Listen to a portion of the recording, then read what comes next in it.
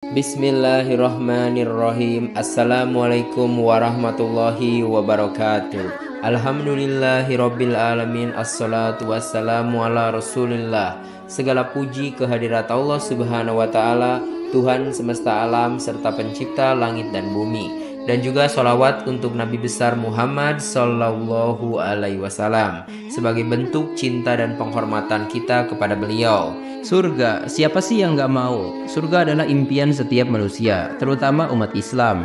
Tempat yang abadi dan penuh kenikmatan ini diciptakan oleh Allah Subhanahu wa taala sebagai hadiah istimewa bagi hamba-hambanya yang setia menjalankan perintah dan menjauhi larangannya. Di sana kita akan menikmati kebahagiaan yang gak pernah terbayangkan sebelumnya. Bahkan rumah-rumah di surga indahnya luar biasa. Nggak ada yang bisa menandinginya di dunia ini. Tapi kalian tahu nggak? Ternyata rumah-rumah di surga ini bisa kita pesan mulai dari sekarang. Nah, dengan melakukan beberapa amalan khusus selama kita hidup di dunia, kita bisa booking, ini dalam tanda kutip ya, rumah cantik di surga. Penasaran kan apa saja yang bisa kita lakukan buat dapetin rumah di surga? Yuk kita simak pembahasannya sampai habis di video kali ini. Oke, sekarang kita lanjut ke amalan yang pertama, yaitu rutin membaca surah Al-Ikhlas. Dapatkan tiket rumah di surga. Nah, surah Al-Ikhlas ini adalah salah satu surah pendek dalam Al-Quran yang memiliki makna yang sangat dalam. Surah ini menyatakan keesaan Allah, membantah segala bentuk kesyirikan dan mengajarkan tauhid yang murni. Karena maknanya yang dalam dan penting, Rasulullah SAW memberikan kabar gembira bahwa siapa saja yang rutin membaca surah Al-Ikhlas akan mendapatkan ganjaran luar biasa, yaitu rumah di surga. Nah, sekarang ada beberapa contoh amalan yang bisa kalian lakukan. Yang pertama tentunya membaca Al-Ikhlas setelah setiap sholat fardu.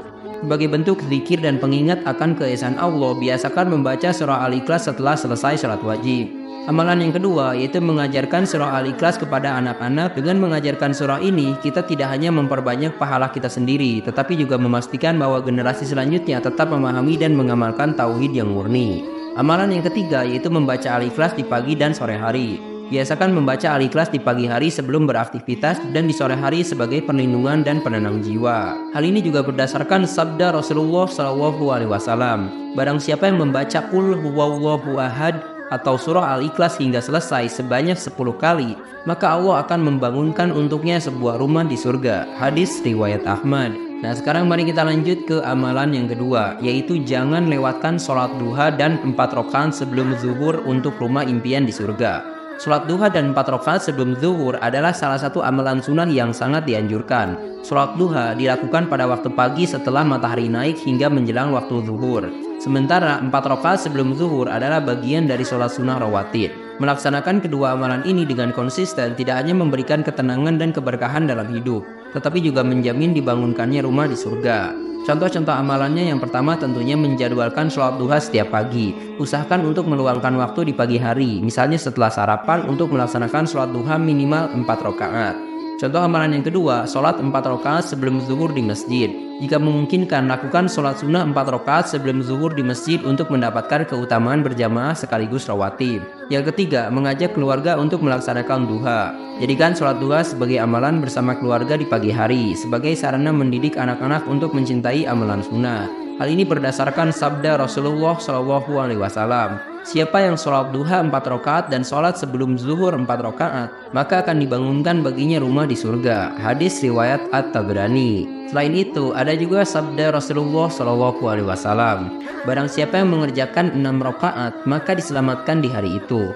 Barang siapa mengerjakan 8 rakaat, maka Allah tulis sebagai orang yang taat. Dan barang siapa yang mengerjakan 12 rakaat, maka Allah akan membangunkan sebuah rumah di surga untuknya. Hadis riwayat At-Tabrani. Sekarang mari kita lanjut ke amalan yang ketiga, yaitu tunjukkan imanmu kepada Rasulullah dan dapatkan hadiah rumah di surga. Beriman kepada Rasulullah adalah salah satu pilar utama dalam Islam. Iman ini bukan hanya sekedar pengakuan lisan, tetapi harus diwujudkan dalam keyakinan yang kuat dan tindakan yang nyata.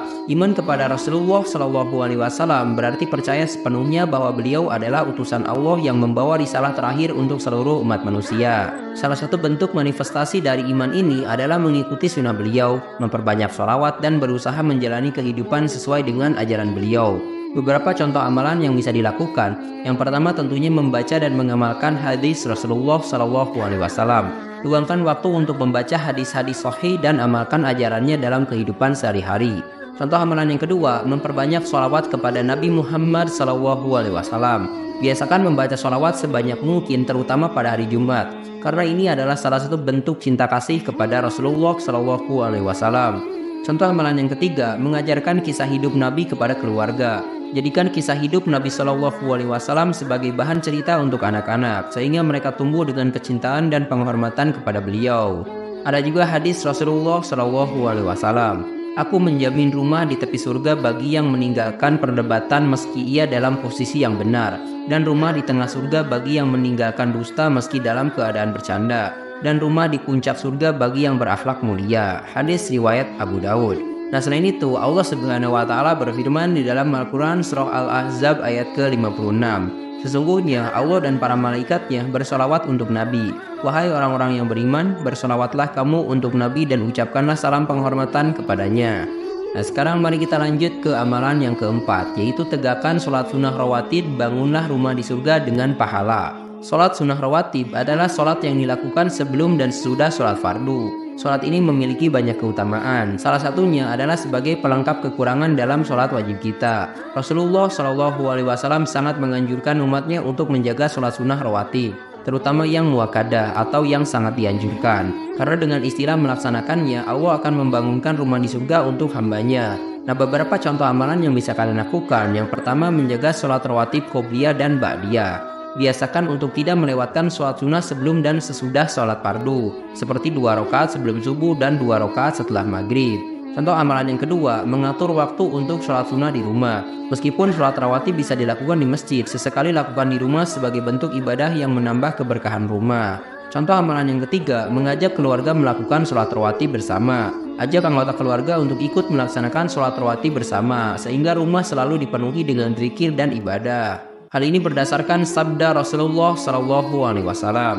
Barang siapa yang menjaga 12 rakaat sholat sunnah rawatib setiap hari, Allah akan membangunkan baginya rumah di surga. 4 rakaat sebelum zuhur, 2 rakaat setelah zuhur, 2 rakaat setelah maghrib, 2 rakaat setelah isya, dan 2 rakaat sebelum subuh. Hadis riwayat At-Tirmidzi.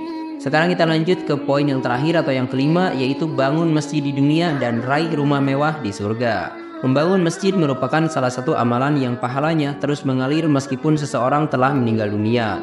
Masjid adalah tempat di mana umat Islam berkumpul untuk sholat, menuntut ilmu, dan melakukan berbagai aktivitas keagamaan. Dengan membangun masjid, seseorang berkontribusi langsung pada penyebaran Islam dan menyediakan tempat ibadah bagi banyak orang.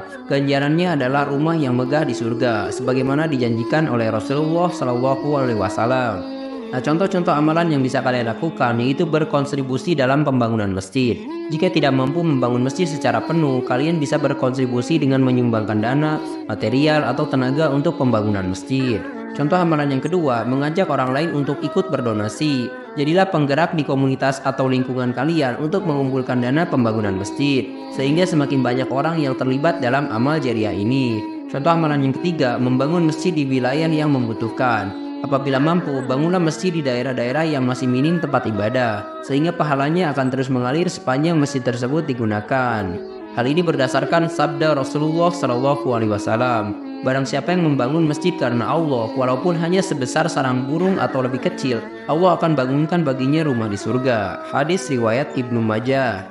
Hal ini juga berdasarkan firman Allah di dalam Al-Quran Surah At-Taubah ayat ke-18. Hanya yang memakmurkan masjid-masjid Allah ialah orang-orang yang beriman kepada Allah dan hari kemudian, serta tetap mendirikan sholat, menunaikan zakat, dan tidak takut kepada siapapun selain kepada Allah. Maka merekalah orang-orang yang diharapkan termasuk golongan orang-orang yang mendapatkan petunjuk. Terima kasih telah menyimak. Silahkan kirim dukungan kalian dengan klik tombol like, subscribe channel ini, dan bagikan juga ke teman-teman kalian. Semoga dengan membagikan itu kalian bisa mendapatkan pahala jariah dari video ini. Mohon maaf bila ada kesalahan. Wabillahi taufik wal hidayah. Wassalamualaikum warahmatullahi wabarakatuh.